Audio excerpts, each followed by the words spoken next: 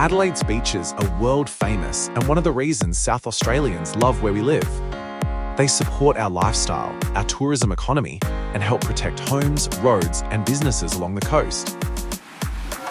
But some beaches don't stay sandy on their own. Waves and storms move sand along the coast, and some beaches lose more sand than they gain.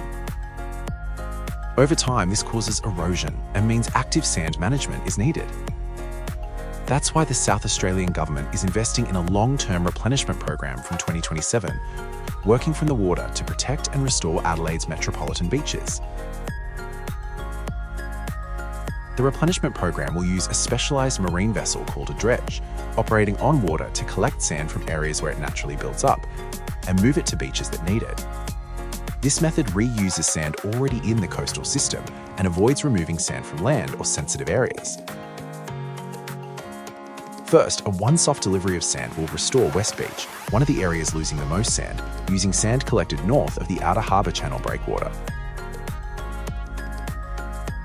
Then smaller top-ups each year will be collected from 4 locations to keep sand where it's needed, guided by ongoing beach monitoring. Sand is moved south and will be deposited near the shore. Waves then naturally carry the sand back onto the beach, with monitoring in place to protect marine life.